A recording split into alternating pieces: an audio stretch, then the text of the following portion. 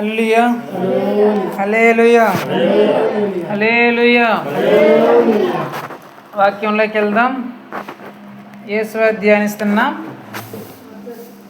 యేసు వార్త, మత్తయి సువార్త. ఎన్నో అధ్యాయం ధ్యానిస్తున్నా? 19. మీలో అందరూ తెలియదు, అట్లా మర్చిపోయారా? చెప్పలేకుంటారా? ఎన్నో అధ్యాయం ధ్యానిస్తున్నా? మత్తయి సువార్తలో చివరిసారిగా మీరు విన్న వాక్యం అంశం ఏంటి?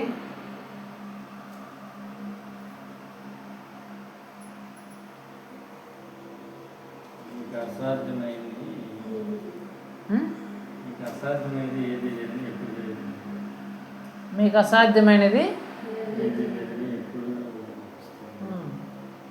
మంచిది. దేవునికి అసాధ్యమైనది ఏది లేనట్లు నీకు కూడా అసాధ్యమైనది ఏది లేని ఆ పరిస్థితి నీకు ఎప్పుడు ఉంటుంది అనే అంశం గురించి దేవుడు ఆ రోజు మాట్లాడినాడు. సింపుల్గా అంటే నీకు ఏది ఎప్పుడు అసాధ్యం కాదు అనే అంశం గురించి దేవుడు మాట్లాడినాడు. హల్లెలూయా. సరే, ఈరోజు వాక్యంలోనికి వెళ్ళబోయే ముందు ఒక విషయాన్ని మీరు తెలుసుకోవాలన్నమాట. ఆ విషయం మీకు అర్థమైతేనే, ఇప్పుడు నేను ఏదైతే చెప్తానో ఆ విషయం మీకు అర్థమైతేనే ఈరోజు చదవబోయే ఆ వాక్యము, దేవుడు చెప్పే మాట మీకు అర్థమవుతుంది అన్నమాట. ఏదైతే ఈరోజు ఇప్పుడు నేను ఏదైతే చెప్తానో అది మీకు అర్థమైతేనే ఈరోజు మీరు ఏదైతే మత్తయి సువార్తలో చదువుతారో అది మీకు అర్థమవుతుంది. అది మీకు అర్థం అవ్వాలంటే ఈ విషయం ఫస్ట్ తెలుసుకోవాలి. కాబట్టి ముందు ఈ విషయం చెప్పి ఆ తర్వాత మీకు ఆ విషయం చెప్తాను. హల్లెలూయా. సరే, ఈ విషయం ఏంటంటే మంచి తల్లిదండ్రులు ఉంటారు కదా, ఆ తల్లిదండ్రుల్ని మంచి తల్లిదండ్రులు, చెడ్డ తల్లిదండ్రులు అని ఎప్పుడు అంటావు మీరు తెలుసుకోవాలి. ఒక తండ్రిని మంచి తండ్రి, చెడ్డ తండ్రి, తెలివున్న తండ్రి, తెలివిలేని తండ్రి అని ఎప్పుడు అంటారు.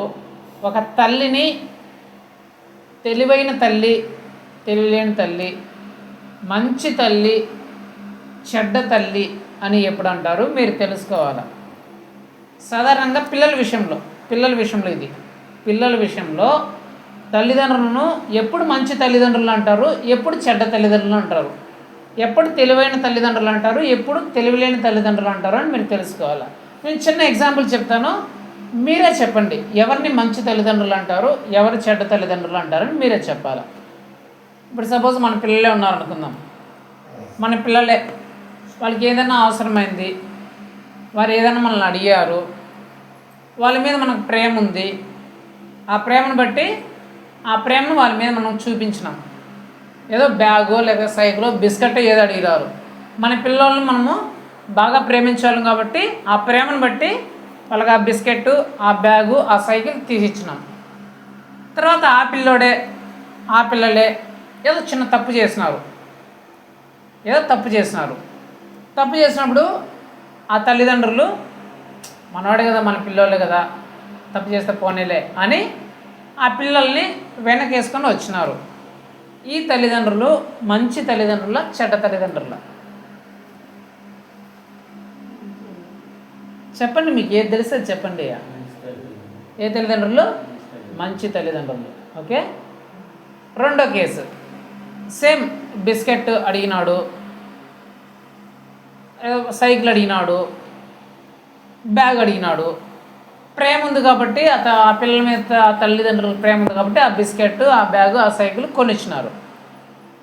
ఆ పిల్లోడు తప్పు చేసినప్పుడు ఈ తల్లిదండ్రులు ఏం చేస్తున్నారంటే చెంపలు వాయించినారు అనమాట ఆ పిల్లోల్ని. ఈ తల్లిదండ్రులు మంచి తల్లిదండ్రుల, చెడ్డ తల్లిదండ్రుల? చెప్పండి. వీళ్ళు మంచి వాళ్ళ, వాళ్ళు మంచి వాళ్ళ?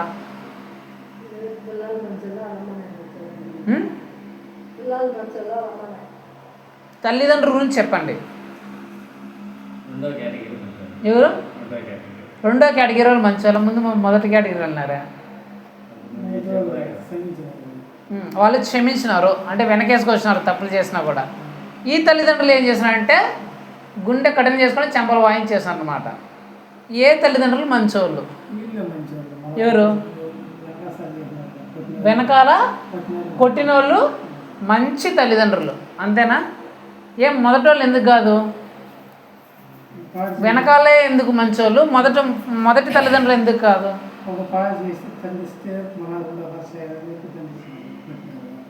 హల్లెలూయా. మొదటి తల్లిదండ్రులు ఏం చేస్తున్నారంటే పిల్లోళ్ళు తప్పులు చేస్తే సరిచేయాల, సరిదిద్దల, వెనకేసుకొని వచ్చినారు.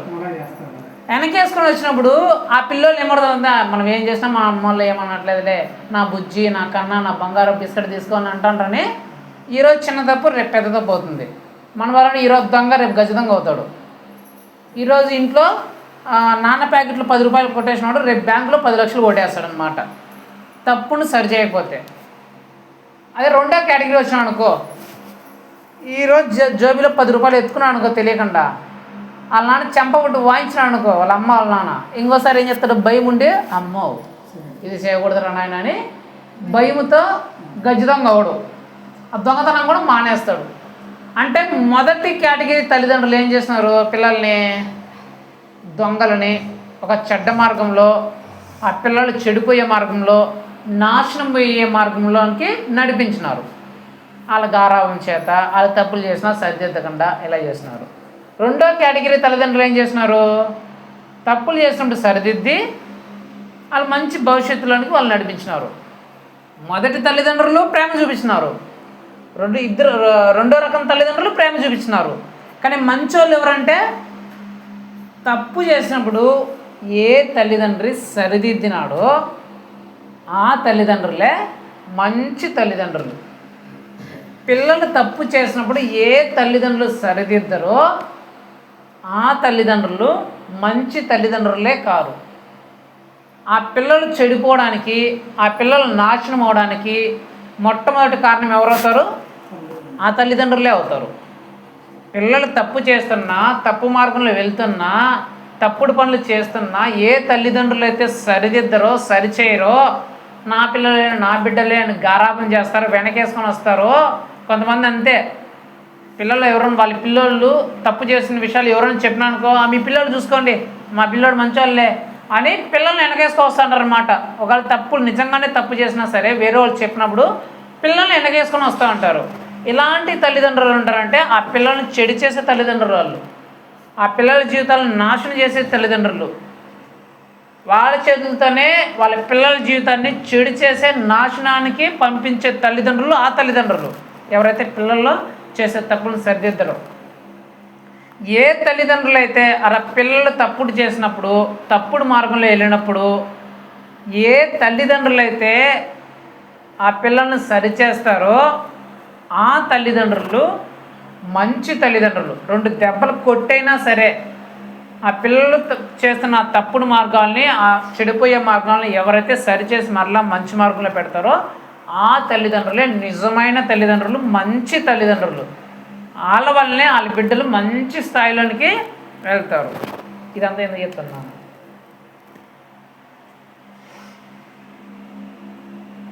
ఒకటి. రెండోది చెప్తా, మళ్ళీ చెప్తా. రెండోది, నేను ఒక మామిడి చెట్టు పెంచిన, ఏంటి, నేను ఒక మామిడి చెట్టు పెంచిన, జాషువా కూడా ఒక మామిడి చెట్టు పెంచాడు.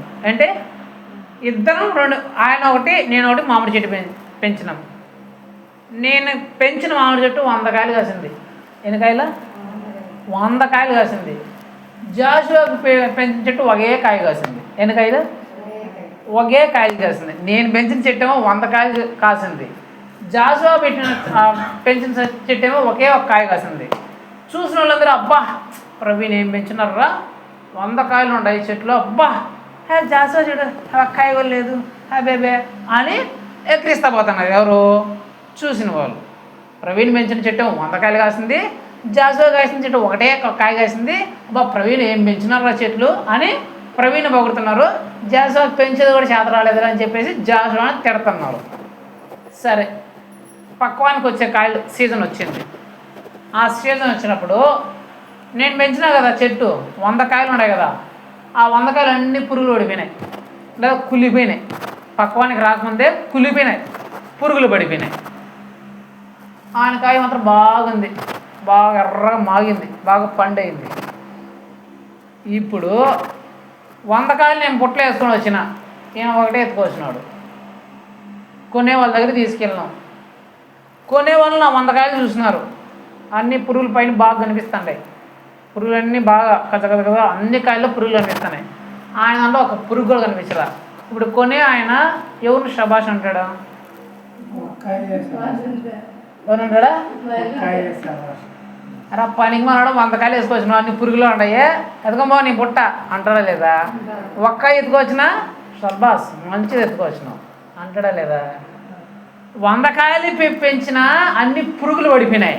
ఏడ ఒక్కాయ పెట్టినా కూడా మంచి పండు, మంచి తినదగిన పండు పెంచినాడు. ఇప్పుడు ఎవరు పెంచింది మంచిదే? 100 కాయలు పెంచిన నేనా, ఒక్కాయ పెంచిన ఆయన? బయట చూసిన వాళ్ళు ఏమన్నారు? 100 కాయలు ఉండాలన్నాడు. కానీ చివరికి ఆ 100 కాయలు అన్నీ పురుగులే. ఈ పెంచితే ఒక్కాయే, కానీ ఒక్కాయే A1 కాయ. ఆ ఒక్కాయతో ఈ 100 కాయలు సరిపోలా. ఈ 100 కాయలు బుట్ట పెట్టినా కూడా ఆ ఒక్కాయ దగ్గర తోగల తక్కెళ్ళు. సపోజ్ 1000 కాయలు కాసినానికి 1000 కాయలు మొత్తం పురుగే అనుకో. ఈ 1000 కాయలు పురుగులు ఆ ఒక్కాయలు సరిపోతాయా? సరిపోతాయి చెప్పండి. అన్నీ 1000 కాయలు పురుగులే, ఆ ఒక్కాయ సరిపోతాయా? ఆ ఒక్కాయని తక్కిళ్ళు 2 ఉంటాయి కదా, ఆ మంచి కాయని ఒక దాంట్లో పెట్టి 1000 కాయలు పురుగులు ఉండేదాన్ని దీంట్లో పెడితే ఏది తీసుకుంటాడు ఎవడైనా? ఆ ఒక్కాయ తీసుకుంటాడు, అంతే కదా.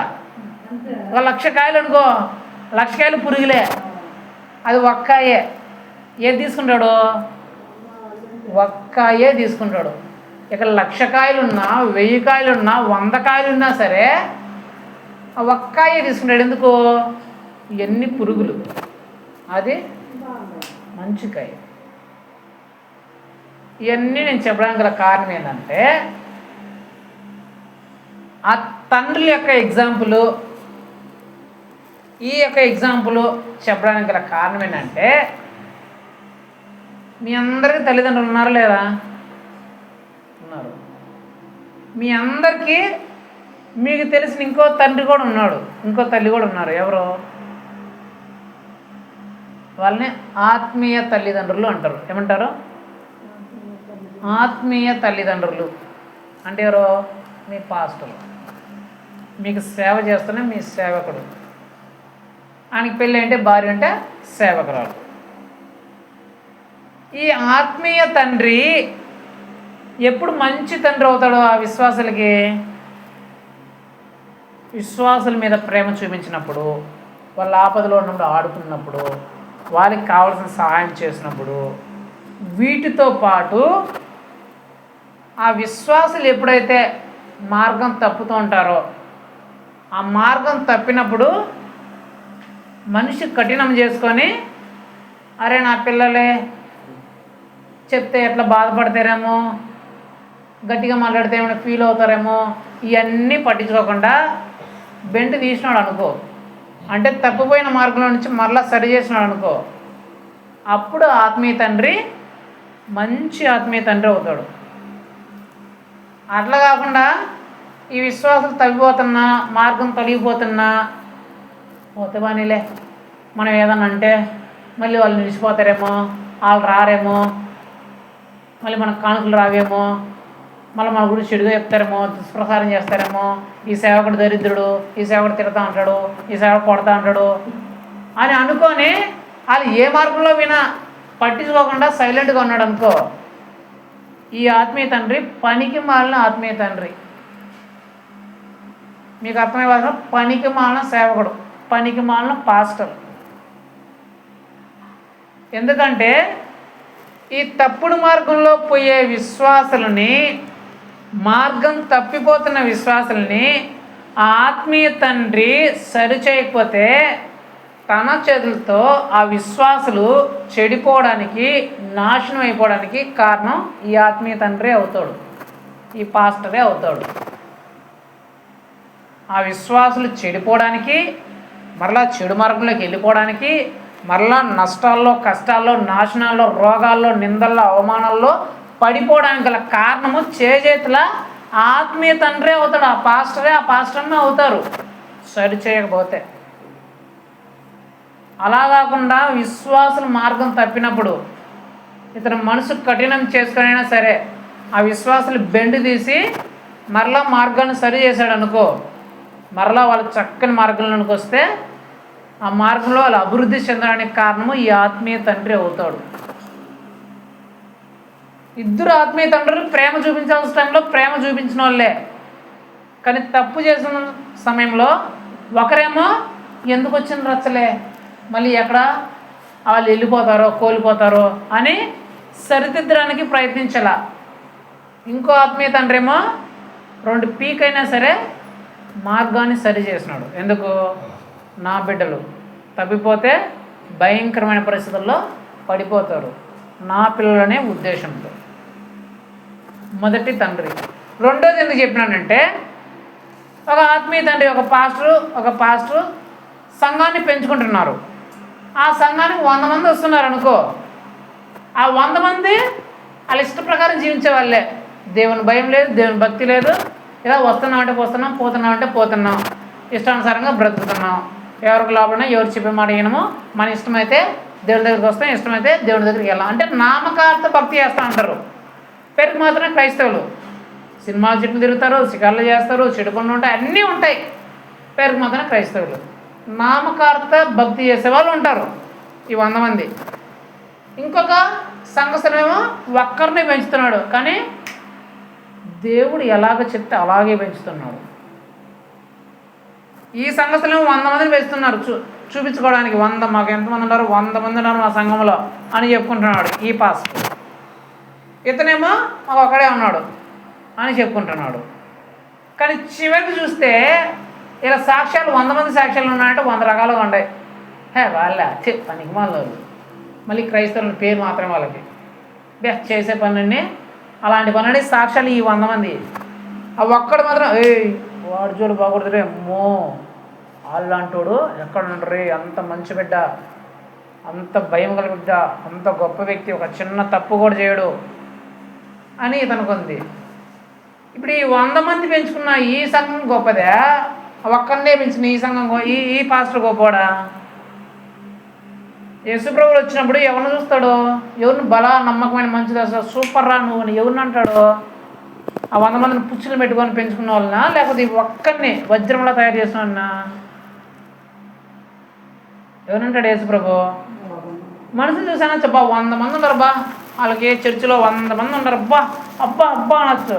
కానీ యేసుప్రభు అన్నాడు ఈ పుచ్చులు అందరూ తీసుకొని పక్కన పో అంటాడు. ఈ పురుగులు పట్టిపోయిన మామిడికాయలన్నీ తీసుకొని పక్కన పో, ఒక్కడు చాలు. 100 మంది కాదు, 1000 మంది కాదు, 1,00,000 మంది కూడా ఒక్కడితో పోటీ రారు. బయలుదేరండి, మీ తట్టా బుట్ట మొత్తం సర్దండి అని చెప్తాడు యేసుప్రభు. ఇదంతా నేను ఎందుకు చెప్తున్నానంటే, మీ ఆత్మీయ తండ్రిగా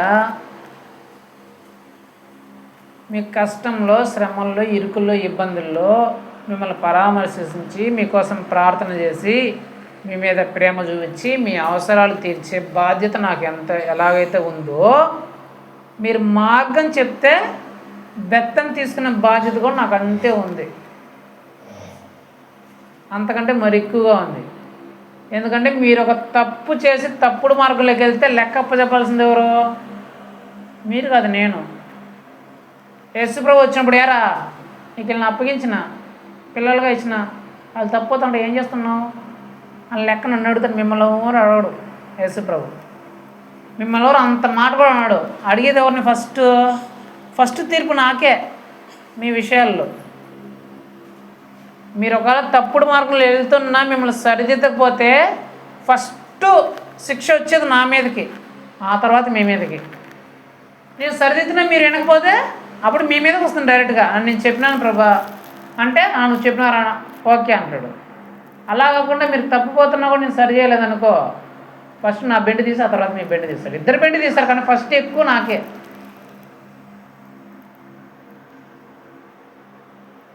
నేను ఎందుకు చెప్తున్నా అంటే, పోయినసారి జరిగిన కుటుంబ ప్రార్థనలో కూడా ఈ విషయం చెప్పిన. ఏమనంటే, మీ ఆత్మీయ తండ్రిగా మిమ్మల్ని ప్రేమించేది నేను ఎంత గొప్పగా తీసుకుంటానో, మీ మీద జాలి కనికరం చూపించేది ఎంత గొప్పగా తీసుకుంటానో, మీరు మార్గం తప్పితే కూడా అంతే కఠినంగా ఉంటాను. ఎందుకంటే నేను పుచ్చులు పెంచట్లే, తోటలో పుచ్చులు పెంచట్లే, ఒక్క కాయ అయినా సరే దాన్ని చూస్తే ఇది నాకు కావాలా అని అందరూ కోరుకునే ఆ కాయలు గల తోటనే నేను పెంచుతున్నా. నాకు ఒక్కరు పెరిగినా అలాగా చాలు. నాకేం 100 మంది వేసుకుని పుచ్చులు పెంచాల్సిన అవసరం నాకులే. ఒక్కరిని పెంచినా చూసినప్పుడు ఇది నాకు కావాలా అనిపించేలాగా పెంచాలా. అలా పెంచాలంటే ప్రేమ చూపించాల్సిన ప్రేమలో ప్రేమ చూపించాలా, తోకలు పెరిగితే కట్ చేయాల్సిన సమయంలో కట్ చేయాలా. అందుకే పోయినసారి చెప్పిన, నేను ప్రేమించే సమయంలో ప్రేమిస్తా, కఠినంగా మాట్లాడుతున్న సమయంలో ఖచ్చితంగా కఠినంగానే మాట్లాడతా. నేను మనుషులను సంతోషపెట్టాలని చెప్పేసి సేవ చేయట్లా. నేను దేవునికి లెక్క అప్పచెప్పాల. మనుషులను సంతోషపెట్టాలను, వాళ్ళని బాగా పొగడాలను, వాళ్ళను ప్రేమించాలని నేను ఎప్పుడు అట్లా సేవ చేయను.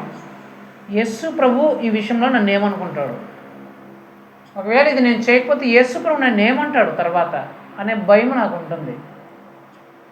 రే బడి పోలేదనుకో, సక్రమంగా బడి పోలేదనుకో, గొల్లుకాడ పోవాల్సి వస్తుంది పెద్ద అయితే అని వాడిని అన్నాను అనుకో, వాడిని అది సభ్యించినట్లా, వాళ్ళని ముందు జాగ్రత్త చెప్పినట్లా. రేపు నువ్వు బడికి సక్రంగా పోకపోతే పెద్ద అయితే గొర్రెలు ఆవులు కూడా మేపుకోవాల్సి వస్తుందిరా అని చెప్పినాను అనుకో అని శపించినట్లా, లేకపోతే వానికి భవిష్యత్తు మీద ఒక దృష్టి పెట్టేలాగా, వాడు మంచి మార్గంలో వెళ్ళేలాగా నేను ముందే హెచ్చరించినట్లా. చెప్పండి, ముందే హెచ్చరించట్లు. ఎందుకు? ఇటు సక్రమంగా బడికి పోకపోతే పెద్ద అయితే ఖచ్చితంగా ఆవుల కాడికి గొర్రెల కాడికి వెళ్ళే పరిస్థితి వస్తుంది కాబట్టే ముందే హెచ్చరిస్తాను సక్రమంగా బడికి పోరా అని. చాలామంది విశ్వాసులు తమ మార్గం తప్పిపోయినప్పుడు ఏదైనా హెచ్చరించినామనుకో వెంటనే అనుకుంటారు మా సేవకు మంచోడు కాదు, మమ్మల్ని శపించేస్తున్నాడు, మా మీద సేవలు పెట్టేస్తున్నాడు అని అనుకుంటారు. కానీ విషయం ఏంది, అది వినకపోతే ఖచ్చితంగా అలా జరుగుతాయి.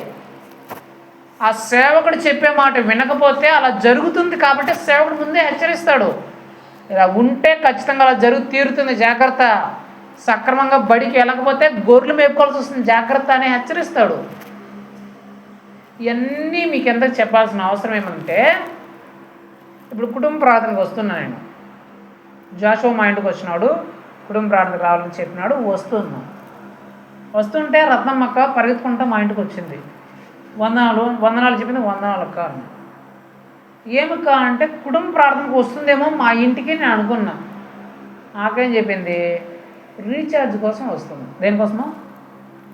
ఫోన్లో రీఛార్జ్ అయిపోయిందంట. ఫోన్లో రీఛార్జ్ అయిపోయిందని పరిగెత్తుకుంటా నా దగ్గరకు వస్తుంది.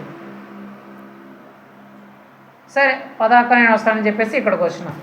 ఇక్కడికి మళ్ళీ ఇంటికి పోకుండా డైరెక్ట్గా ఇక్కడికి వచ్చింది. కుటుంబ ప్రార్థనకు వస్తానే పదాక ఆడ మాట్లాడదామంటే ఆడ బండి నిలబడితే ఇంటికి కూడా పోలా, బైబిల్ కూడా ఏం తెచ్చుకోలేదు, డైరెక్ట్గా మళ్ళీ నా దగ్గరకు వచ్చేసి నాకు రీఛార్జ్ కావాలా అని అడిగింది.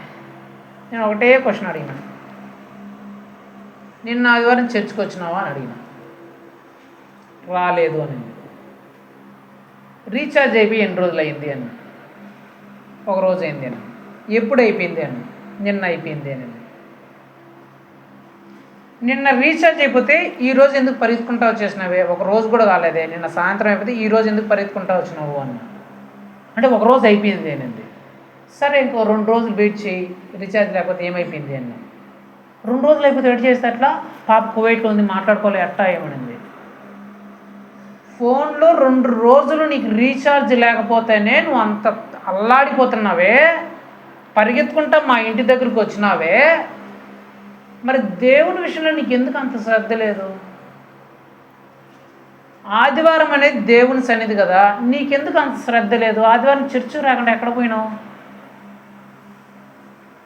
కుటుంబ ప్రార్థనకు వచ్చి ఎన్ని రోజులైంది నువ్వు అని అడిగిన. చెప్పిన ఏం చెప్పింది తెలిసిన, శనివారం వచ్చినావు నువ్వు అనింది. నీ అంతకు నువ్వే వచ్చినావా, నేను 10 సార్లు ఫోన్ చేస్తూ వచ్చినావా అని అడిగిన. నువ్వు ఫోన్ చేస్తూ వచ్చినాను అనింది. నేను 7:30 ఫోన్ చేస్తే 7:30కి వచ్చినావా, 8:15కి వచ్చినావా అడిగిన. 8:15కి వచ్చినాను అని చెప్పింది. రీఛార్జ్ కోసం నేను ఏమైనా పిలిచినాను నిన్ను అని అడిగిన. పిలవలేదు అని చెప్పింది. మరి రీఛార్జ్ అయిపోయింది, ఒక రోజు రీఛార్జ్ అయిపోయిందని చెప్పేసి నువ్వు అంత శ్రద్ధగా పరిగెత్తుకుంటూ వచ్చినావే, దేవుడు అంటే నీకు ఎందుకు అంత శ్రద్ధ లేదు? ఆదివారం దేవుని సన్నిధి అంటే ఎందుకు నీకు అంత లెక్కలేదు? కుటుంబ ప్రార్థన అంటే ఎందుకు అంత లెక్కలేదు? నీకు 10 సార్లు ఫోన్ చేసి పిలుచుకోవాలన్నా కుటుంబ ప్రార్థన అంటే? నేను వస్తాను కదా అనింది. సంవత్సరానికి ఎన్ని రోజులు? 365 రోజులు ఉన్నాయి. 365 రోజులు ఎన్నిసార్లు కుటుంబ ప్రార్థన జరుగుతుందో తెలుసా అన్న? మినిమం 200 సార్లు జరుగుతుంది. ఆ 200 సార్లలో నేను ఫోన్లు చేసి పిలవకుండా నువ్వు ఎన్నిసార్లు వచ్చినావు కుటుంబ ప్రార్థనకి? నీ అంతకు నువ్వే పరిగెత్తుకుంటా కుటుంబ ప్రార్థనకి ఎన్నిసార్లు వచ్చినావు అని అడిగినావు. ఎత్తి కొడితే 10 సార్లు కూడా వచ్చిండదు. నేను ఫోన్ చేస్తే కాకుండా సొంతంగా ఈరోజు కుటుంబ ప్రార్థన ఉంది, ఈరోజు ఆదివారము అని సొంతంగా కుటుంబ ప్రార్థనకు వచ్చిన దాఖలాలు ఆ 200 కుటుంబ ప్రార్థన కనీసం 10 కూడా ఉండవు. లెక్కలు పెడితే 10 కూడా ఉండవు. సరే పక్కన పెట్టండి. కుటుంబ ప్రార్థనకి 7:30కు వస్తాం. 7:30కి మేము వచ్చి ఉంటాం కుటుంబ ప్రార్థనకి. మేము వచ్చేంతవరకు ఆ ఫోన్లో సినిమాలు చూసుకుంటా, సీరియల్ చూసుకుంటా, లేదంటే ఫోన్ మాట్లాడుకుంటా కూర్చుంటారు. వచ్చిన తర్వాత కుటుంబ ప్రార్థనకు వచ్చినారే, మనం కుటుంబ ప్రార్థనకి వెళ్దామే ఆ ధ్యాసలే. వచ్చిన తర్వాత అన్నం వేసుకుంటారు ప్లేట్లో. అన్నం వేసుకుని అప్పుడు తినేసి 8 గంటలకు తీరిగ్గా వస్తారు కుటుంబ ప్రార్థనకి. ఇవన్నీ మిమ్మల్ని బాధ పెట్టాలని, మిమ్మల్ని ఇబ్బంది పెట్టాలని నేను చెప్పట్లా. విషయం ఏంటంటే మీరు ఆ సువార్త చదివితే, నెక్స్ట్ వర్డ్ చదివితే మీకు అర్థమవుతుంది. దానికోసం ఇవన్నీ చెప్తున్నా. మీకు ఆ రీఛార్జ్ మీద ఉన్నంత శ్రద్ధ, ఆ అన్నం మీద ఉన్నంత శ్రద్ధ, ఆ వాళ్ళతో ఫోన్లు మాట్లాడుకుంటానంత శ్రద్ధ ఆ కుటుంబ ప్రార్థన మీద ఎందుకు మీకు అంత శ్రద్ధ లేదు? ఒక రీఛార్జ్ కోసం ఒకరు పిలవకపోయినా పరిగెత్తుకుంటూ వస్తున్నారే. నేను చేస్తానని చెప్పిన తర్వాత కూడా 1 గంట తర్వాత రీఛార్జ్ చేసేంత వరకు నా దగ్గర ఉంటున్నారే. అలాంటిది కుటుంబ ప్రార్థనకి ఎందుకు మీకు అంత శ్రద్ధ లేదు? ఆదివారం చర్చ్ అంటే ఎందుకు మీకు అంత నిర్లక్ష్యము? నేను ప్రతి ఆదివారం ఒక మాట మీకు పెడుతుంటా గ్రూప్లో, తెలిసిన ప్రతి ఆదివారం ఉదయాన్నే ఒక మాట పెడుతుంటా. శనివారం సాయంత్రం ఒక మాట పెడతాను, ఒక వీడియో పెడతాను. ఆదివారం పొద్దున్నే ఒక మాట పెడతాను. శనివారం సాయంత్రం దేని గురించి పెడతాను తెలుసా? రేపు ఆదివారం కోసం ఖచ్చితంగా రండి అనే మాట ఏదైనా ఉంటే దాన్నే పెడతాను. ఆదివారం పొద్దున్నే గ్రూప్లో ఏం పెడతాను తెలిసిన? పనులన్నీ ఏమని పెడతాను దాన్ని? పని ఉందని చర్చికి మానేసే వాళ్ళంటే నాకు ఇష్టం లేదు. పనులన్నీ పక్కన పెట్టి మందిరానికి వచ్చే వాళ్ళంటేనే నాకు ఇష్టము, వారినే నేను ఆశీర్వదిస్తాను అని యేసు ప్రభు చెప్పినట్లు నేను పెడతాను. పని ఉందని మందిరానికి మానేసే వాళ్ళంటే నాకు అసహ్యము, పనులన్నీ మానేసి మందిరానికి వచ్చేవారంటేనే నాకు ఇష్టము, వారిని నేను ఆశీర్వదిస్తాను, కోరుకుంటానని యేసు ప్రభు చెప్పిన మాట ప్రతి ఆదివారం ఉదయాన్నే నేను పెడతాను. మనం ఏం చేస్తాం? కూలి పని కోసం వెళ్ళిపోతాం, లేదా వాళ్ళు బంధువులు పిలిచినామనో, పిల్లోళ్ళ ఇంటికనో, పెద్దోళ్ళ ఇంటికనో, పార్టీలోనో వెళ్ళిపోతాం. ఆ పనును ఈ పనును అని. అంత నిర్లక్ష్య భావన ఎందుకు మీకు అనేది? అది ఎందుకు చెప్తారో తెలుసా? కుటుంబ ప్రార్థనకు రావాలి, ఆదివారం మందిరానికి రావాలని ఎందుకు చెప్తారో తెలిసిన? యేసు ప్రభు వారు ఈస్టర్ రోజు లేచారు కదా మరణంలో నుంచి. తర్వాత తన శిష్యులు కనిపిస్తారు. ఇలాగే శిష్యులందరూ రూమ్లో ఉంటే యేసు ప్రభు వారు ప్రత్యక్షమై కనిపిస్తారు. చదువు ఆ మాట చదివిస్తాను. యోహాను సువార్త 20వ అధ్యాయం 19వ వచనం, 19 నుంచి 23 వరకు చదువు. నేను చదువుతానండి.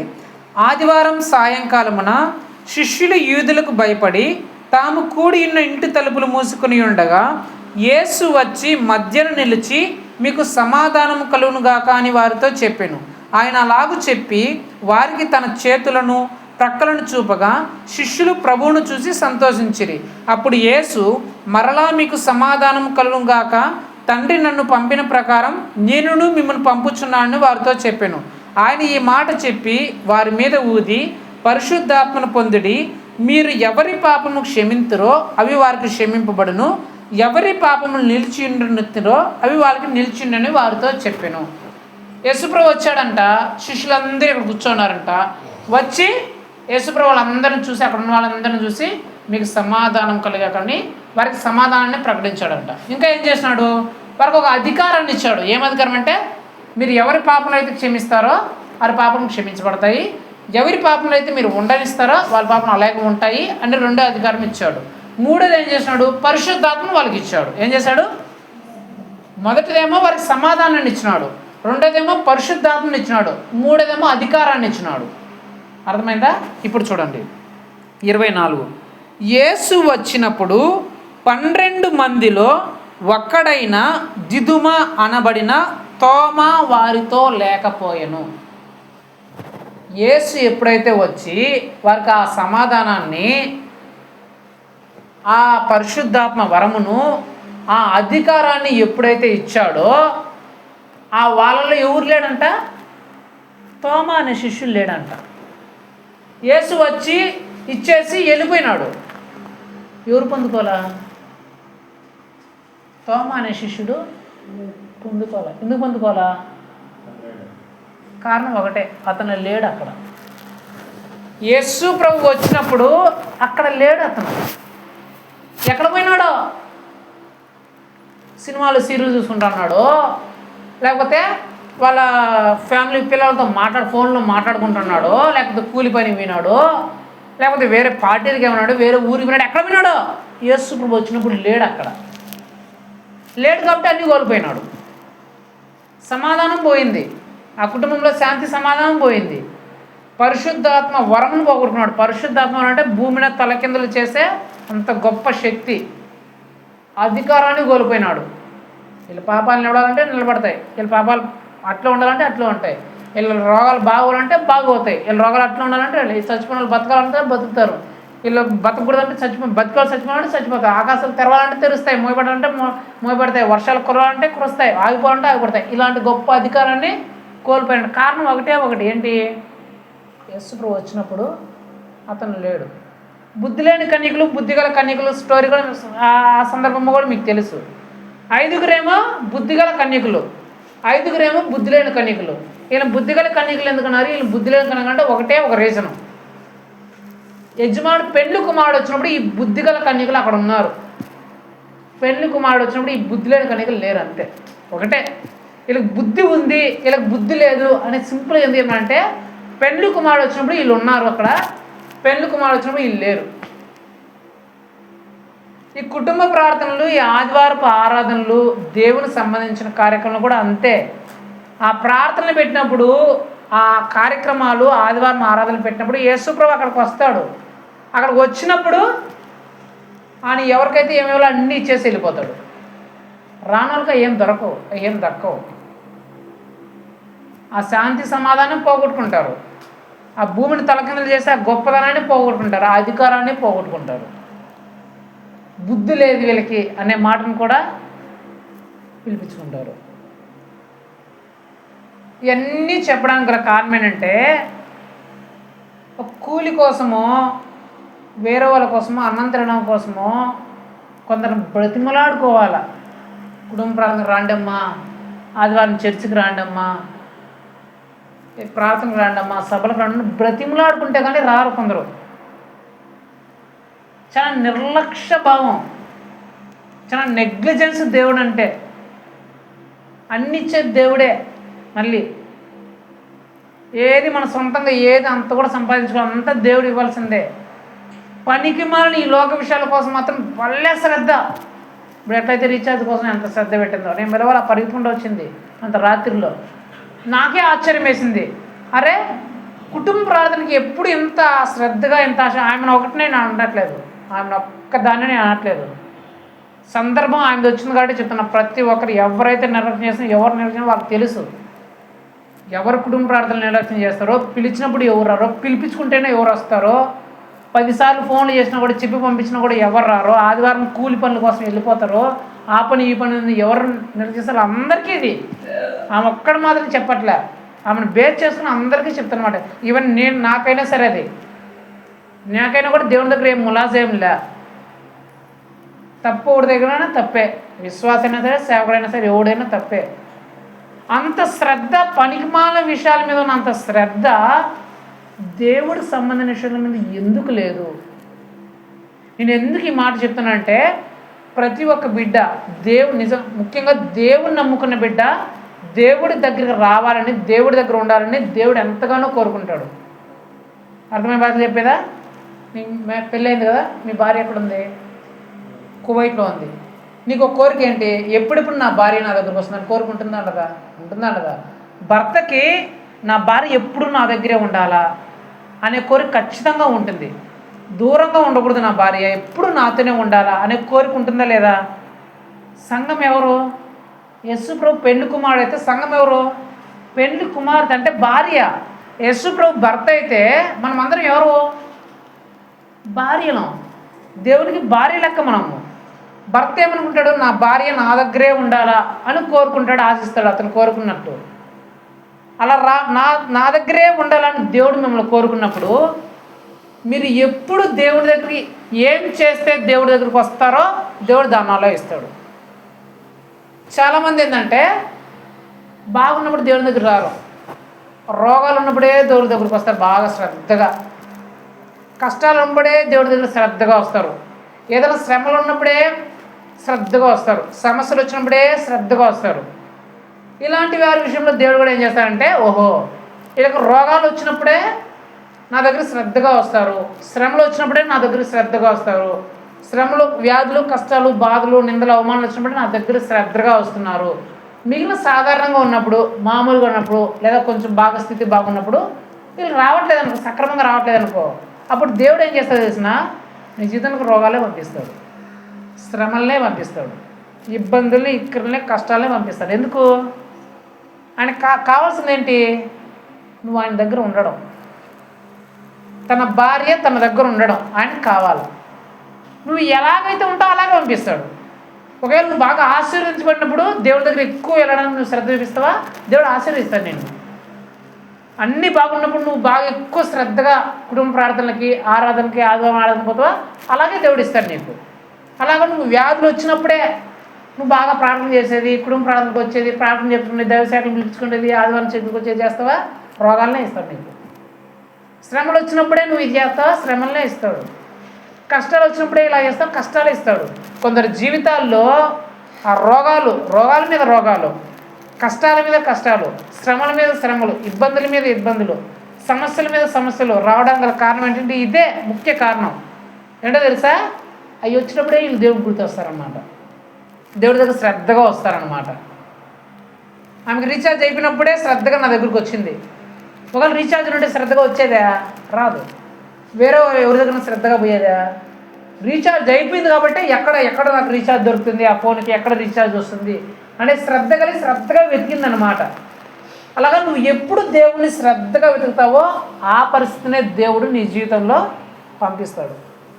నేను ధైర్యంగా చెప్పగలను, నాకు ఏ వ్యాధిని దేవుడు పంపించడు, ఎంత కష్టాన్ని పంపించాడు, ఎంత కష్టమైనా రాని, ఎంత బాధ అయినా రాని, ఎంత వ్యాధి అయినా రాని, ఆ వ్యాధిని చిటికలో తొలగిస్తాడు, ఆ కష్టాన్ని చిటికలో తొలగిస్తాడు, ఆ నిందను, ఆ అప్పును, ఆర్థిక సమస్య చిటికలో తొలగిస్తాడు. ఎందుకు తెలిసినా? నాకు అన్నీ బాగున్నప్పుడు నేను ఎక్కువ దేవుడి దగ్గరికి శ్రద్ధగా వెళ్తాను దేవుడి దగ్గరికి. ఈ రోగాలు, కష్టాలు, శ్రమలు, బాధల కంటే నాకు దేవుడు అన్నీ బాగా ఇచ్చినప్పుడు నేను శ్రద్ధగా దేవుడి దగ్గరికి వెళ్తా, శ్రద్ధగా ప్రార్థన చేసుకుంటా, శ్రద్ధగా వాక్యం చదువుకుంటా. ఒక కుటుంబ ప్రార్థన మిస్ కాను, ఒక్క ఆదివారం కూడా మిస్ కాను. నా జీవితంలో 52 ఆదివారాలు ఉంటే 52 ఆదివారాలు మిస్సే కాను. అది ఎలాంటి పరిస్థితి అయినా కానీలే. సంవత్సరానికి 52 ఆదివారాలు అంటే 52 ఖచ్చితంగా ఆదివారం పోతా. కుటుంబ ప్రార్థన అని తెలిసిబడి గ్రూప్లో పెట్టినంటే ఖచ్చితంగా ఆ రోజు కుటుంబ ప్రార్థన పోతా. వాళ్ళు పిలిచినా పిలవకపోయినా నేను పోతా. ఇవన్నీ మీలో ఉన్నాయా లేదా అని మీరు పరీక్షించుకోవాలి. కుటుంబ ప్రార్థన ఆదివారం ప్రార్థన మీకు చెప్పినా ఆల్రెడీ. ఒక కుటుంబ ప్రార్థన కానీ, ఒక ఆదివారం ఆరాధన కానీ మీరు రాకూడని కండిషను ఒకటే ఒక కండిషను, మీరు ఊరిలో ఉండి అందుబాటులో ఉండి కూడా ఆ కుటుంబ ప్రార్థనకి, ఆదివారపు ఆరాధనకి రాలేని కారణం అంటే ఒకే ఒక కారణం తప్ప ఇంకే కారణం ముందు పెట్టినా కూడా దేవుడు ఒప్పుకోడు. ఆ ఒక్క కారణం కూడా మీకు ఏదో చెప్పినా ఏంటి తెలిసినది? మీ అనారోగ్య పరిస్థితిని బట్టి నువ్వు కాళ్ళు చేతులు పని చేయక అనారోగ్యంతో మంచంలో పడి ఉంటే తప్ప ఏ కారణాన్ని దేవుడు ఒప్పుకోడు.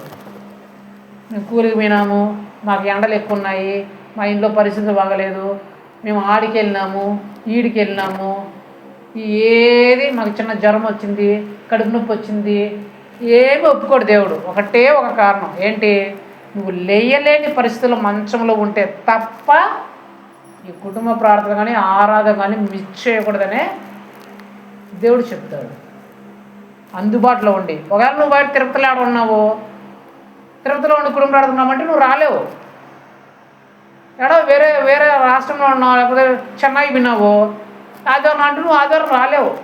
నువ్వు అందుబాటులో ఉండి కూడా ఈరోజు కుటుంబ ప్రార్థన ఉందని తెలియబడి కూడా, ఈరోజు ఆదివారం తెలియబడి కూడా, ఈరోజు దేవుని కార్యక్రమం ఇదని తెలియబడి కూడా నువ్వు రాకుండా నిర్లక్ష్యం చేస్తే పరిస్థితి చాలా దారుణంగా అంటే ఎలా ఉంటుంది? నువ్వు ఎప్పుడు దేవుడు ఎలాగైతే నువ్వు దేవుని దగ్గరికి ఎప్పుడైతే వస్తావో అలాగే రప్పిస్తాడు దేవుడు నిన్ను.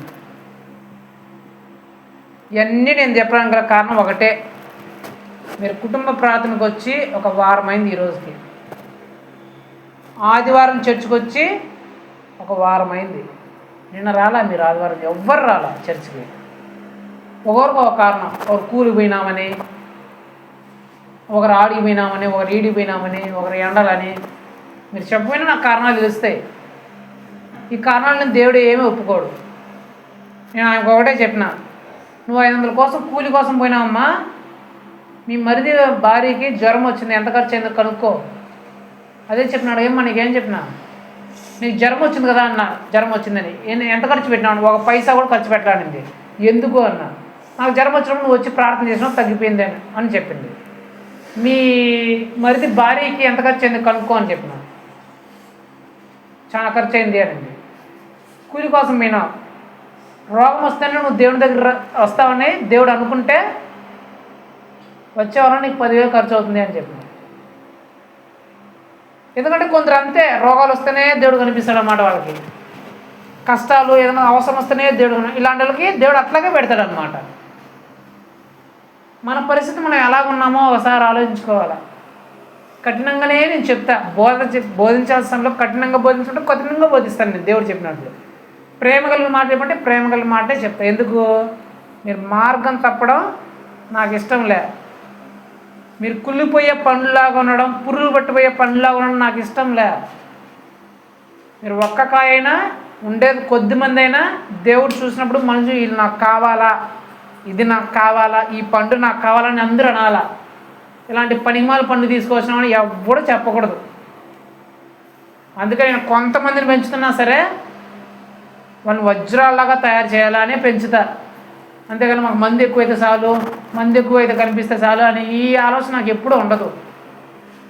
చాలామంది అట్లా ఉంటారు, వాళ్ళు కాணிకలు ఇస్తే చాలు మాకు, వాళ్ళు చర్చకు వచ్చినా రాకపోయినా, వాళ్ళు ఎలాంటి పనులు చేసినా నాకు సంబంధంలో, ప్రార్థన చేసినా సంబంధంలే, చేయకపోయినా చర్చకు వచ్చినా సంబంధంలే, చర్చకు లేకపోయినా సంబంధంలే.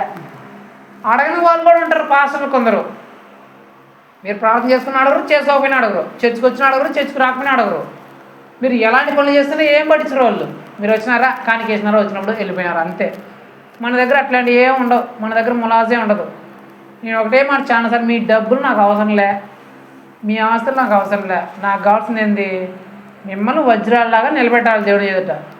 దేవుడు చూసిన బల నమ్మకమైన మంచిగా వీళ్ళని నేను ఎలాగైతే కోరుకున్నానో అలాగే వీళ్ళని నిలబెట్టినావు, నా రూపంలో వీళ్ళు నిలబెట్టినావు అని దేవుడు చెప్పాలా. అలాగే నేను తయారు చేస్తా. లేదు నా బోధ మీకు కఠినంగా ఉంది, కష్టంగా ఉందంటే, నామకాస్తుల సంఘాలు మస్తుగా ఉంటాయి. నేను చెప్పినా కదా, నువ్వు ప్రార్థన అయినా వాళ్ళు పట్టించుకోరు, నువ్వు ఎలాంటి పనులు చేసినా వాళ్ళు పట్టించుకోరు, నువ్వు తాగి దమ్మనాలను వాళ్ళు పట్టించుకోరు. అలాంటి సంఘాలు మస్తుగా ఉంటాయి. నిన్ను అడగనే అడగరు, వాళ్ళ సంఘాలకు వెళ్ళిపోవచ్చు, నాకే ఇబ్బందే లేదు. కానీ నేను పెంచే వాళ్ళు ఎట్లుండాలంటే, చూస్తే ఎవరు చూసినా వీళ్ళు నాకు కావాలా, ఇలాంటి వాళ్ళు ఉండాలా అనేలాగానే ఉండాలి. అలాగే నేను పెంచుతా. అలాగ పెంచాలంటే చెప్పినా కదా, మంచి తండ్రి ప్రేమించాల్సిన ఖచ్చితంగా ప్రేమిస్తాడు, కఠినం చూపించాల్సిందో ఖచ్చితంగా కఠినం చూపిస్తాడు. అప్పుడే పిల్లలు మంచి ప్రయోజకులు అవుతారు. మరి మీ పరిస్థితి ఆలోచించుకోండి ఒకసారి. ఇది నేను ఇప్పుడు ఈ ఫస్ట్ టైం చెప్తుంటే నా తప్పు. ఇప్పటికి నేను చాలాసార్లు చెప్పిన, కనీసం కొన్ని 10 సార్లు 100 సార్లు చెప్పింది ఇదే మాట. అయినా సరే మీరు నిర్లక్ష్య భావం ఉంటే లెక్క దేవుడు నన్ను అడగడు, మిమ్మల్ని అడుగుతాడు. జాగ్రత్త. మీరు ఏ పరిస్థితికి పోతే దేవుణ్ణి శ్రద్ధగా వెతుకుతారో ఆ పరిస్థితికి దేవుడు మిమ్మల్ని తీసుకెళ్తాడు. సామెతలో ఉంటుంది, నేను చదువుతాను, మీరేం చదవండి, నేను చదువుతాను, మీరు వినండి. సామెతలు ఏమైనా ఉంటుందో ఆ మాట చూడండి. సామెతలు 23 నుంచి నేను చదువుతాను. 1వ అధ్యాయం 23 నుంచి నేను చదువుతాను, మీరు వినండి. నా గద్దింపు విని తిరుగుడి, ఆలకించుడి, నా ఆత్మను మీ మీద కుమ్మరించదును, నా ఉపదేశమును మీకు తెలిపెదను. నేను పిలువగా మీరు వినకపోతిరి, నా చేయి చాపగా ఎవరినూ లక్ష్య పెట్టకపోయిరి. నేను చెప్పిన బోధ ఏమయూ మీరు వినక త్రోసివేసితిరి, నేను గద్దింపగా లోబడకపోతిరి. కాబట్టి మీకు అపాయం కలిగినప్పుడు నేను కూడా నవ్వేదను, మీకు భయం వచ్చినప్పుడు నేను కూడా అపహాస్యం చేసేదను. భయం మీ మీదకు తుఫాన్లు వచ్చినప్పుడు, సుడిగాలి వచ్చినట్లు మీకు అపాయం కలిగినప్పుడు, మీకు కష్టమును దుఃఖమును ప్రాప్తించినప్పుడు నేను కూడా అపహాస్యం చేసేదను. అప్పుడు వారు నన్ను గురించి మొరపెట్టేది కానీ నేను ప్రత్యుత్తరం ఇయ్యకుందును, నన్ను శ్రద్ధగా వెతుకుదు కానీ నేను వారికి కనపడకుందును. ఎందుకంటే జ్ఞానము వారికి అసహ్యమాయను, యెహోవా యందు భయభక్తులు కలిగి ఉండుట వారికి ఇష్టము లేకపోయాను. నా ఆలోచన వినలేకపోయిరి, నా గద్దింపును వారు కేవలం తృణీకరించరి. కాబట్టి వారు తమ ప్రవర్తనకు తగిన ఫలమును అనుభవించదురు. విషయం ఏంటంటే తప్పిపోతున్నారంట. తప్పిపోతుంటే దేవుడు తన సేవకు పంపించి గద్దిస్తుంటే ఇలా పట్టించుకోవట్లేదంట. ఎన్నిసార్లు చెప్పినా పట్టించుకోవాలంటే వాళ్ళ కష్టం వచ్చినప్పుడు దేవుడు నవ్వుతున్నాడంట. ప్రభా మమ్మల్ని చూడు ప్రభా, మా కష్టం వచ్చింటే నవ్వుతున్నాడంట. వాళ్ళు ఏడుస్తూ దుఃఖిస్తుంటే దేవుడు అపహాసం చేస్తున్నాడంట, అంటే ఎక్కిరిస్తున్నాడంట, గేలి చేస్తున్నాడంట. అప్పుడు శ్రద్ధగా ఎత్తుకున్నాడంట, దేవుడు ఎక్కడున్నాడని కుటుంబ ప్రార్థన పోతున్నాడంట, ఆదివారం చర్చికి పోతున్నారంట. ఎక్కడ దేవుడు అక్కడ పోయి దేవుడు మొరపెడుతుంటా, ప్రభా మా కష్టం అంటే దేవుడు అస్సలు పట్టించుకోవట్లేదంట. ఏం ప్రభా నువ్వు పట్టించుకోవట్లేదంటే ఒకటే మాట, నేను పిలిచిన వాళ్ళు పలకలేదురా. ఎన్నోసార్లు నేను పిలిచిన, ఎన్నోసార్లు నేను గద్దించిన, మారండి ఇప్పటికైనా మారండి అని ఎన్నోసార్లు చెప్పిన. వాళ్ళప్పుడు నా మాట వినలా. వాళ్ళు వినలేదు కాబట్టే దానికి ప్రతిఫలంగా ఇప్పుడు ఇది కలుగుతుంది అని దేవుడు చెప్తున్నాడు. ఎన్నోసార్లు చెప్పినా మనం వినకపోతే మీరు ఏ విధంగా చెప్తే వింటారో ఆ విధంగానే దేవుడు రప్పిస్తాడు, అది ఏదైనా కావచ్చు. మరి మాట శ్రద్ధగా మీరు జ్ఞాపకం పెట్టుకోవాలి. మీరు పుచ్చిపోయిన మామిడికాయలాగా ఉంటారంటే నాకేం ఇబ్బంది ఏం లే. మీరు పురుగులు పట్టిపోయే మామిడికాయలాగా ఉంటారన్నా మీ డెసిషన్. అది లేదు అందరు కొరికిన ఒక్క మామిడికాయలాగా మేము ఉంటారు, మీ డెసిషన్. మేము ఎంతవరకు మార్గాలు పెడతాం. ఇరుకైన మార్గంలో ప్రవేశించండి, దీనిలో జీవం ఉంది, ఇరుకైన మార్గంలో ప్రవేశించే జీవం ఉంది అని పెడతాం. విశాలమైన మార్గం కూడా ఉంది, ఇక్కడ నాశనంకి దావ చూపుతుందని కూడా పెడతాం. ఇరుకు మార్గంలోకి వెళ్తావా విశాలమైన మార్గంలోకి వెళ్తావా అది నీ ఇష్టం. ఇరుకు ద్వారాను ప్రవేశించండి, ఇది జీవగల మార్గం అని చెప్తాం. విశాలమైన మార్గంలో ప్రవేశించండి, ఇది నాశనం పోయే మార్గం అని చెప్తాం. ఏ మార్గంలో పోవాలనేది నీ ఇష్టం. ఇదంతా మీకు చెప్పడానికి కారణం ఒకటే ఒక కారణం, మీరు కుటుంబ ప్రార్థనలకి చాలా చాలా నిర్లక్ష్యం చేస్తున్నారు. అసలు కుటుంబ ప్రార్థనలు మీకై మీరు పిలిపించుకొని చేయించుకోవాల్సిన ప్రార్థన కుటుంబ ప్రార్థన అంటారు. మేమై బలవంతంగా వస్తే చేస్తే కదా. కుటుంబ ప్రార్థన ఏంటంటే ఆ కుటుంబం మమ్మల్ని పిలిస్తే మేము వచ్చి చేసే ప్రార్థన, దాన్ని కుటుంబ ప్రార్థన అంటారు. అంతేకాని మేమై వచ్చి మిమ్మల్ని 10 సార్లు పిలుచుకొని వాళ్ళు పిలవండమ్మా వీళ్ళు పిలవండమ్మా అని మేము వచ్చి 7 గంటలకు వచ్చినా కూడా ఇంకా అన్నం తింటాండ్రు, వాళ్ళు ఇప్పుడు అన్నం కూర్చున్నారు ఇంకా రాలేదు, వస్తారంట, వస్తాంలే రాములే, ఇలాంటి కాదు కుటుంబ ప్రార్థన అంటే. ఇలాంటి కాదు శ్రద్ధ అంటే. ఏ వారము మీకు కేటాయించుకున్నా ఆ వారము మీకు చెప్పకపోయినా మీరే వచ్చి ఆమె శ్రద్ధగా ఎలాగైతే రీఛార్జ్ కోసం వస్తుందో అలా శ్రద్ధగా రావాలా. ఫోన్లోనే చేయాలి, ఈరోజు మా ఇంట్లో ప్రార్థన రండి, ప్రార్థనకు వచ్చి మా ఇంట్లో ప్రార్థన చేసుకోండి అని శ్రద్ధగా మీరు పిలవాలా. మీరు శ్రద్ధగా పెట్టుకోవాలి ఆ కుటుంబ ప్రార్థన. అంతేగాని మేము పిలిచినా కూడా అన్నది అనుకుంటా ఫోన్ మాట్లాడుకుంటా ఆ పక్క ఈ పక్క కూర్చుండేది కాదు కుటుంబ ప్రార్థన అంటే. అంత నిర్లక్ష్యం దేవుని సన్నిధిలో పనికే రాదు. చాలాసార్లు చెప్పిన ఈ మాట నేను. ఆదివారం ఆరాధన అంటే అన్ని పనులు పక్కన పెట్టా మందిరంలో ఉండాలి మనం. అంత పెద్ద పని అయినా సరే పక్కన పెట్టి. అలాంటి జీవితంలో మీరు రావాలనేది నా కోరిక, దేవుని కోరిక. కుటుంబ ప్రార్థన అంటే పిలిపించుకుంటే 10 సార్లు ఫోన్లు చేస్తే వచ్చేది కాదు, మీ అంతగా మీరు ఫోన్లు చేసి పిలిపించుకోవాలా అనేది దేవుని ఆశ. ఆదివారం అంటే మీరు త్వరపాటు దేవుని మందిలో కనపడాలని దేవుని ఆశ. ఇవన్నీ ఎందుకు చెప్పారంటే ఇప్పుడు చదువు మత్తయి సువార్త 19వ అధ్యాయం. ఇప్పుడు వాక్యం ఒక నిమిషం అంతే, వాక్యం అయిపోతుంది. చదువు మత్తయి సువార్త 19వ అధ్యాయం 27, 28, 29. పేతురు ఇదిగో చదువు. పేతురు ఇదిగో మేము సమస్తము విడిచిపెట్టి నిన్ను వెంబడించి కనుక మాకేమి దొరికినని ఆయనను అడగగా యేసు వారితో ఇట్లని, పునరుజ్జానమందు మనిషి కుమారుడు తన మహిమ గల సింహాసనం మీద ఆసీనుడై ఉన్నప్పుడు నన్ను వెంబడించిన మీరును 12 సింహాసనముల మీద ఆసీనులై ఇశ్రాయేలు 12 గోత్రము గల వారికి తీర్పు తీర్చుదురు. నా నామము నిమిత్తము అన్నదమ్ములైనను అక్కజెల్లెలైనను తండ్రినైనను తల్లినైనను పిల్లలైనను భూములైనను ఇండ్లునైనను విడిచిపెట్టిన ప్రతి వాడును 100 రెట్లు పొందును. ఇదిగాక నిత్య జీవమును స్వతంత్రించుకుందు. హల్లెలూయా. ఇక్కడ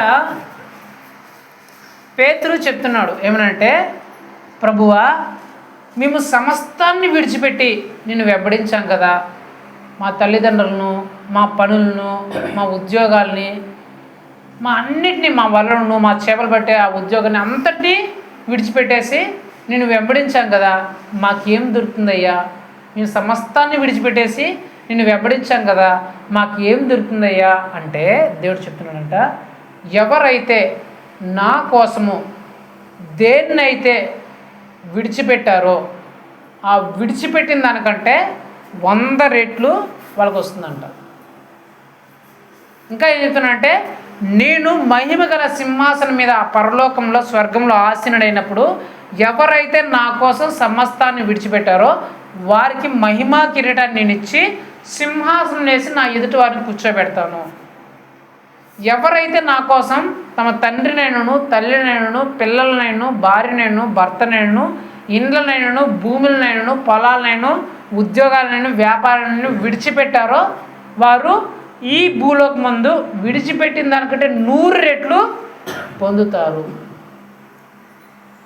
ఎంత మీకు చెప్పినా కదా, కుటుంబ ప్రార్థనలకు ఎందుకు రావాలా, ఆదివారం చర్చికి ఎందుకు రావాలంటే కారణం ఇదే.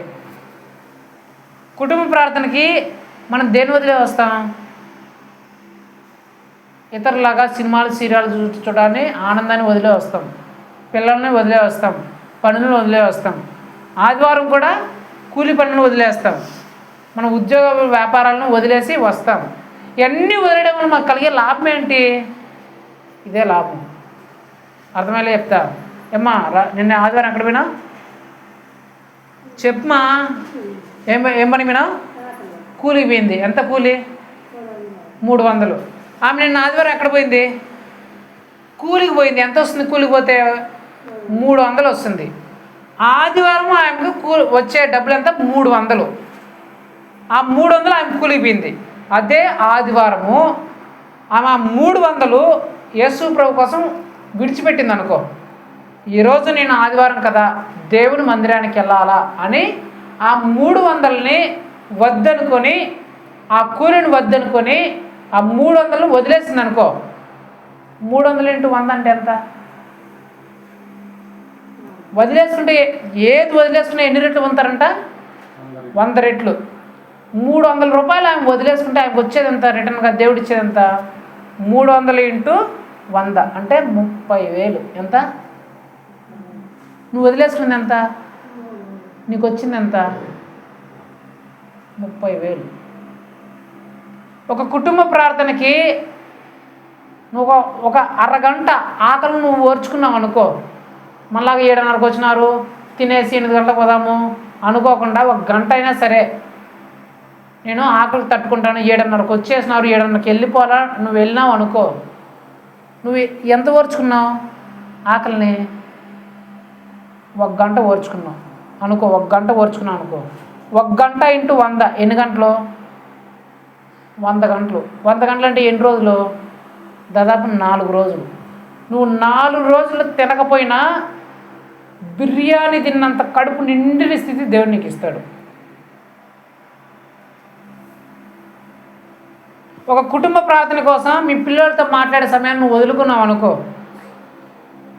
ఒక ఆదివారం ఆరాధన కోసం మీ కుటుంబంతో కలిసి గడిపే ఆ సమయాన్ని ఏదైనా పార్టీనో ఎక్కడికన్నా పోయేదైనా వదులుకున్నావు అనుకో, నువ్వు దేన్నైతే వదులుకున్నావు దానికంటే 100 రెట్లు నీకు వస్తుంది. ఇది చాలా విషయాలు నేను దేనికోసం చెప్తానంటే, చర్చ్ పనుల విషయంలో మామూలుగా మందిరానికి సహకరించే విషయంలో నేను చెప్తూ ఉంటా.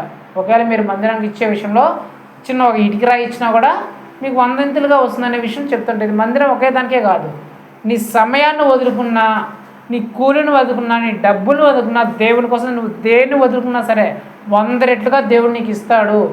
నేను అందుకే మందిర విషయంలో కూడా మీరు అలా సహకరించండి. ఎందుకు చెప్తుంది, నాకేదో డబ్బులు తక్కువ అయిపోయిందని దేవుడు డబ్బులు ఇవ్వడానే కాదు.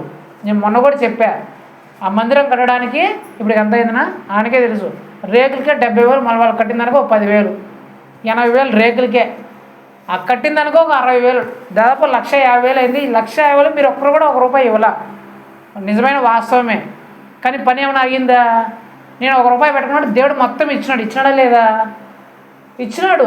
కానీ మీకెందుకు అది చెప్పానంటే వీళ్ళకి 100 రెట్లు రావాలా. ఒకవేళ వీళ్ళు ₹100 ఇస్తే 100 × 100 10,000 వీళ్ళకి రావాలా, వీళ్ళు ఆశీర్వదించబడాలా. ఒకవేళ ₹1,000 ఇస్తే ఇంటూ 100 ₹1,00,000 వీళ్ళకి రావాలి. దేవుడు వీళ్ళని ఆశీర్వదించాలన్న ఉద్దేశంతో ఆ విషయం చెప్పింది. అంతా మీ డబ్బులు ఆశించో కాదు. నేను ఎప్పుడూ చెప్తా ఒకే మాట, మీ డబ్బులు నాకు ఏం అవసరం లేదు, దేవుడికి అస్సలే అవసరం లేదు. కానీ మా కోరిక, మా ఆశ ఏంటి, వీళ్ళు ఆశీర్వదించబడాలా, వీళ్ళు దీవించబడాలా. దేవునికి ఇస్తే 100 రెట్లు వీళ్ళు దేవుడు వారికి ఇస్తాడు. అలాంటి ఆశీర్వాదాన్ని వీళ్ళు పొందుకోవాలనే ఉద్దేశంతో దాన్ని మేము చెప్తాం. అది ఏదైనా సరే, అది ఆదివారం కూలి పని కావచ్చు, కుటుంబ ప్రార్థన కావచ్చు, ఏదైనా కావచ్చు. అక్కడున్న మాట ఒకటే, మీరు నా కోసం దేన్ని వదులుకున్నా సరే 100 రెట్లు మీకు ఇస్తారు.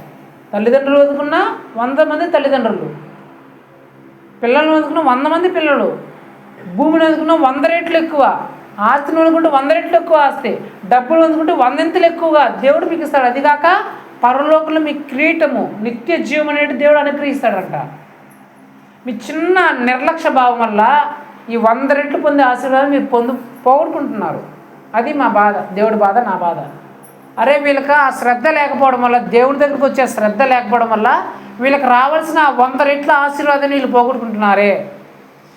ఆ అరగంట నిద్ర కోసం, అరగంట సీరియల్ కోసం, సినిమా కోసం, ఆ అరగంట అన్నం కోసం, ఆ ఒకరోజు కూలి కోసము, ఒకరోజు పని కోసము 100 రెట్ల ఆశీర్వాదాన్ని వీళ్ళు చేతులారా పోగొట్టుకుంటున్నారే అనేది నా బాధ, దేవుడి బాధ. మీరు చర్చికి రాకపోతే మాకేమన్నా నష్టమా? మీరు కుటుంబ ప్రార్థన రాకపోతే నాకేమన్నా నష్టమా? మీరు చర్చికి వచ్చి కానుకలు వేస్తుంటారు, 10, 100 వేస్తుంటారు. ఆ చర్చి కానుకలు ఎవరు పోతాయి? వాళ్ళకి పోతాయి. నాకేమన్నా నష్టమా? ఆ కానుక ఏమన్నా నాకేమన్నా వస్తుందా? కనీసం ₹1 వస్తుందా? రాదు కదా. మరి మీరు చర్చికి రాలేదని మిమ్మల్ని కూర్చోబెట్టి ఇలా చెప్పాల్సిన అవసరం నాకేముంది? మీరు కుటుంబ ప్రార్థన పోతే నాకేమన్నా నష్టమా? దాని దేవుడు నాకు సమృద్ధిగా ఇస్తున్నాడు, ఏది అడిగితే ఇస్తున్నాడు. ఆమె చెప్పింది నేను ప్రార్థన చేస్తేనే తగ్గింది అని. మరి మీ కుటుంబ ప్రార్థన రావాలని చెప్పి ఇంత ఖచ్చితంగా చెప్పాల్సిన అవసరం నాకేముందంత? ఎందుకంటే నాకు ఒకటే, నా బిడ్డలు 100 రెట్లు వచ్చే ఆశీర్వాదాన్ని పోగొట్టుకుంటున్నారు. చిన్న తెలివి తక్క బుద్ధి లేనితనం వల్ల, ఆ అశ్రద్ధ వల్ల, నిర్లక్ష్య భావాల వల్ల అని. ఇప్పటికే చాలాసార్లు ఈ విషయాన్ని మీకు చెప్పా. మీరు ఇంకా వినకపోతే దేవుడు ఇంకా అదే ట్రై చేస్తాడు. ఇది ఏం పంపిస్తే వీళ్ళు నా దగ్గరకు వస్తారు శ్రద్ధగా అనేది దేవుడు ఇస్తాడు. అలా లేకుండా దేవుని కోసం మేము శ్రద్ధగా వస్తాం. మా కుటుంబ ప్రార్థనలకు వాళ్ళు పెట్టకపోయినా మేమే వచ్చి పెట్టించుకుంటాం. మా ఇంట్లో కుటుంబ ప్రార్థనలు, ఎక్కడ కుటుంబ ప్రార్థన పెడితే అక్కడ మా ఆహారాన్ని విడిచిపెడతాం, పక్కన పెడతాం, టైం అంటే టైంకి వెళ్ళిపోతాం అనే శ్రద్ధలోనికి మీరు వస్తే దేవుడు కూడా మీ మీద శ్రద్ధ చూపిస్తాడు. ఆ శ్రద్ధ లేకపోతే దేవుడు కూడా మిమ్మల్ని పక్కన పెడతాడు. మిమ్మల్ని పక్కన పెడితే ఇంకక్కడితో మన కథ ముగిసిపోయినట్లే. సౌలుని పక్కన పెట్టినాడు, సౌలు తెర తెగింది, ఆ గోడకు బలంతో గుచ్చబడింది గడ్డపారేసి. ఎందుకు? ఒకటే కారణం, దేవుడు పక్కన పెట్టాడు అంతే సౌలుని. పెద్ద కారణం ఏమి లే. సౌలు జీతము, రాజులా ఉండాల్సిన సౌలు జీతము తల తెగబడి ఆ మొండెం కూడా గడ్డపారతో ఆ గోడ గుచ్చబడం గల ఒకే ఒక కారణము దేవుడు పక్కన పెట్టాడు, అంతే. సింపుల్, ఒకటే ఒకటి. మనల్ని కాదు దేవుని పక్కన పెడితే మనం ఇంతవరకు రాజులాగా బతుకుతున్నా కూడా అంతటితో సమాప్తం అయిపోయినట్లే.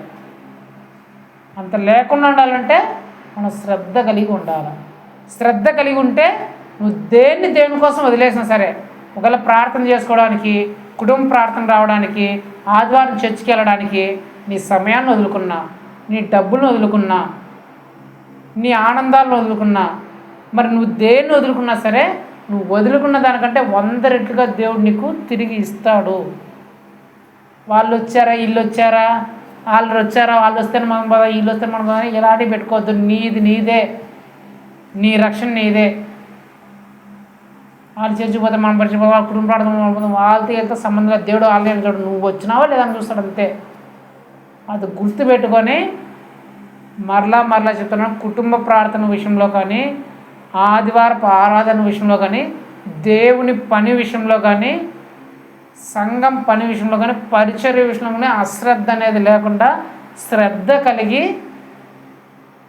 రీఛార్జ్ కోసం అయిపోయిందని ఎంత శ్రద్ధ కలిగి వస్తారో, మీ విషయంలో చెప్పంటే భూమి రిజిస్టర్ అవ్వడానికి మీరు ఎంత శ్రద్ధ కలిగి, వాళ్ళు ఎప్పుడు పిలిస్తే అప్పుడు, ఎక్కడ పిలిస్తే అక్కడికి ఎంత శ్రద్ధ కలిగి వెళ్తారో, మీ విషయంలో చెప్పంటే ట్రాక్టర్ ఎత్తుకొని ఈరోజు ఇక్కడికి రా, ఆ రోజు అక్కడికి రా అని ఎంత శ్రద్ధ కలిగి వాళ్ళు చెప్పిన ఎంత శ్రద్ధ కలిగి నువ్వు వెళ్తావో, నా విషయంలో అయితే మా అధికారులు ఎప్పుడైతే ఇక్కడికి రా ఈ మీటింగ్కి రా అని చెప్పినప్పుడు ఎంత శ్రద్ధ కలిగి నేను వెళ్తానో అంత శ్రద్ధ దేవుని విషయంలో ఉండాలి. అంతకంటే ఎక్కువ శ్రద్ధే ఉండాలి. పిలిస్తే పోవడం కాదు, పిలవకుండా మనమే ముందుండే అంత శ్రద్ధలోనికి మనం రావాలి. అలా వస్తే 100 రెట్ల ఆశీర్వాదాన్ని ఇవ్వడానికి దేవుడు వచ్చేస్తున్నాడు ఆల్రెడీ. మరి ఆ 100 రెట్ల ఆశీర్వాదాన్ని మీరు పొందుకుంటారో, లేకపోతే ఇంకా కూడా ఇంత చెప్పినా కూడా ఇంకా అలాగే ఉండి ఇలాంటిలాగానే మీరు ఉండిపోతారో, అది మీకే వదిలేస్తూ మీరు ఆలోచించుకొని వదిలేస్తూ ప్రార్థన చేసుకుందాం. కళ్ళు మూసుకోండి. మహోన్నతుడా, సర్వోన్నతుడా, సర్వశక్తి గల దేవా, యేసయ్యా, నీ బలమైన శ్రేష్టమైన పరిశుద్ధమైన నామం బట్టి నీకు స్తోత్రం చెల్లిస్తున్నాం ప్రభా. మా జీవితంలోనైనా ఈ లోక విషయాల్లో పెడుతున్నంత శ్రద్ధ మాకు ఆశీర్వాదానికి కారణమయ్యే విషయంలో మేము పెట్టట్లేదని ప్రభా మీరు ఎంతో బాధపడుతున్నారు తండ్రి. ఈ లోక విషయంలో పనికి మాలిన వాటి కోసం, ఏ ప్రయోజనం లేని వాటి కోసం, మాకు నష్టాలకి, కష్టాలకి, నిందలకి, అవమానాలకి కారణమయ్యే వాటి మీద పెడుతున్నంత శ్రద్ధ 100 రెట్లు ఆశీర్వాదాన్ని తెచ్చే మీ విషయాల మీద మేము అస్సలు పెట్టట్లేదని ప్రభా మీరు ఎంతో బాధపడుతున్నారు తండ్రి.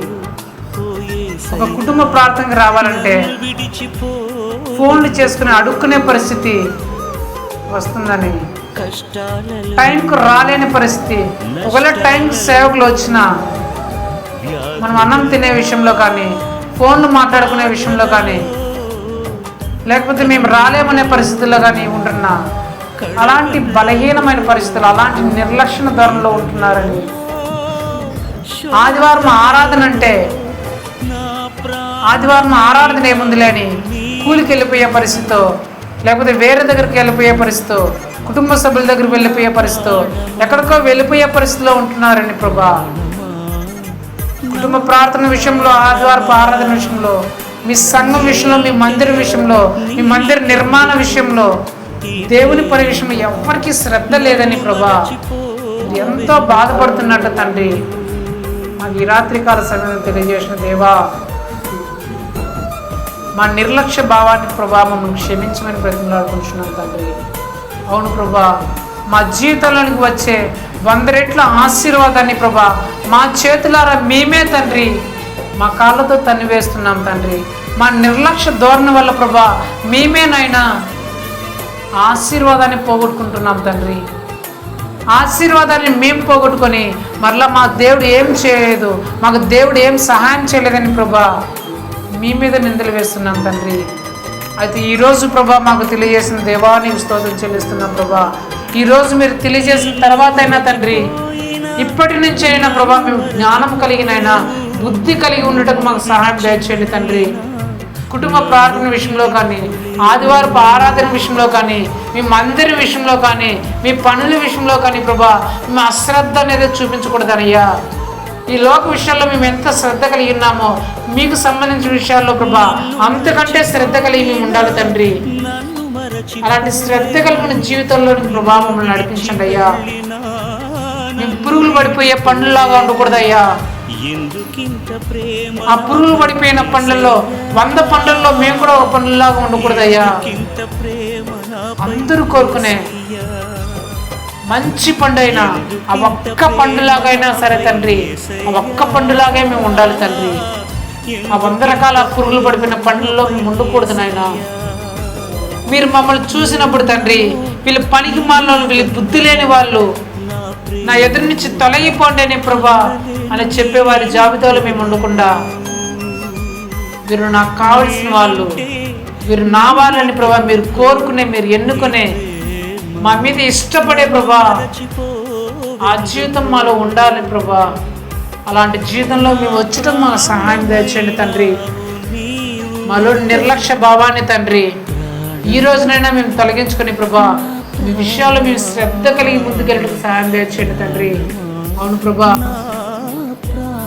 మీరు చెప్పినట్లు మేము ఉంటేనే మా జీవితాలు ప్రభా ఉన్నతమైన స్థాయిలో ఉంటాయి తండ్రి. మా ఇష్టానుసారంగా మేము ఉంటే తండ్రి మా జీవితాలు నాశనంలోకి, నష్టంలోనికి వెళ్తాయి కనుక నాయన ఈ రోజు నుంచైనా ప్రభా మీరు శ్రద్ధ కలిగి తండ్రి మీ విషయాల్లో పాలు పొందడం మాకు సహాయం దయచేయమని బతిలాడుకుంటూ కృప చూపిస్తారు నమ్ముతూ విశ్వసిస్తూ తండ్రి మా దేవుడు మా ప్రభువునైనా యేసుక్రీస్తు యొక్క పరిశుద్ధమైన నామములో అడిగి వేడుకుంటున్నాను మా పేపర్లో తండ్రి. ఆమేన్. నా ప్రాణమా యెహోవాను సన్నిధించుము, నా ఆత్మ సమస్తమైన పరిశుద్ధ నామమును సన్నిధించుము. నా ప్రాణమా యెహోవాను సన్నిధించుము, ఆయన చేసిన కన్నా దేన్ని మరొకటి. ఆమేన్. మన తండ్రి అయిన దేవుని ప్రేమయు ప్రభువైన యేసుక్రీస్తు యొక్క కృపయు పరిశుద్ధాత్మ దేని అన్యోన్య సహవాసము ఎప్పుడున్నా ఎల్లప్పుడూ ఇక్కడ కూడి ఉన్న ప్రతి ఒక్కరితో పాటు మరి ముఖ్యంగా నేను 100 రెట్ల ఆశీర్వాదాన్ని పొందుకోవడానికి దేవునికి సంబంధించిన విషయంలో నేను ఎల్లప్పుడూ శ్రద్ధ కలిగి ఉంటానని తీర్మానించుకున్నాను. ప్రతి ఒక్క బిడ్డతో సదాకాలం తోడే నడిపించి దీవించాల్సి బలపరుచుగాక. ఆమేన్. హల్లెలూయా, హల్లెలూయా, హల్లెలూయా. ఎందుకింత జాలి నాపై యేసయ్యా, ఎందుకింత జాలి నాపై యేసయ్యా, ఎందుకింత జాలి నాపై యేసయ్యా.